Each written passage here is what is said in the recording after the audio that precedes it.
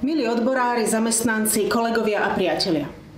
Viete, čo spája tri základné ciele odborov, ktorými sú vyššie mzdy, viac voľného času a viac istoty? Predsa silné kolektívne zmluvy.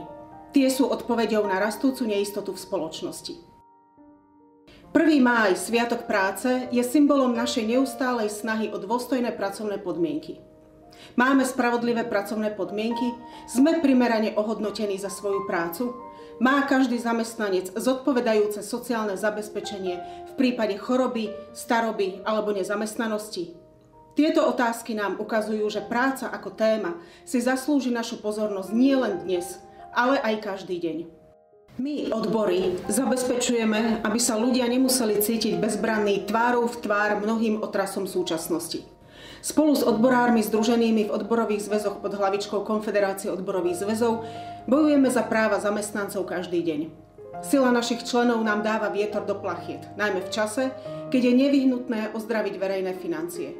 Riešením je postupná konsolidácia, ktorá nebude tlmiť ekonomiku a nespôsobí recesiu. Zdravé verejné financie nesmú zaplatiť zamestnanci. Našou odpoveďou je solidarita. To je jediný spôsob, ako bojovať za pracovné práva. Spoločne sa zasadzujeme za väčšie pokrytie kolektívnym vyjednávaním, pretože prináša mnoho výhod, viac peňazí, lepšie pracovné podmienky, bezpečné vyhliadky do budúcnosti.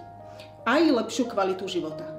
Kolektívne zmluvy jednoducho ponúkajú viac. Väčší plat, viac voľného času, viac istoty. Hospodárstvo, spoločnosť a svet práce sa stavajú klimaticky neutrálnymi a digitálnymi. Našou úlohou je formovať zmeny sociálne spravodlivým spôsobom. Na to potrebujeme viac spolurozhodovania, pretože transformácia nemôže byť úspešná bez zamestnancov a ich odborov. Je potrebné, aby sa zamestnancom otvárali nové perspektívy prostredníctvom kvalifikácie, odbornej prípravy a ďalšieho vzdelávania. Pracujeme na spravodlivom rozdelení záťaže. Technologické zmeny je potrebné premeniť na sociálny pokrok. Riešenie súčasných problémov spočíva v spolupráci a nie v nenávisti a rozdelení. Budeme brániť naše záujmy vo fabrikách, za pracovnými stolmi i v uliciach. Nech je nie len 1. máj príležitosťou na to, aby sme si uvedomili dôležitosť solidarity a jednoty medzi pracujúcimi.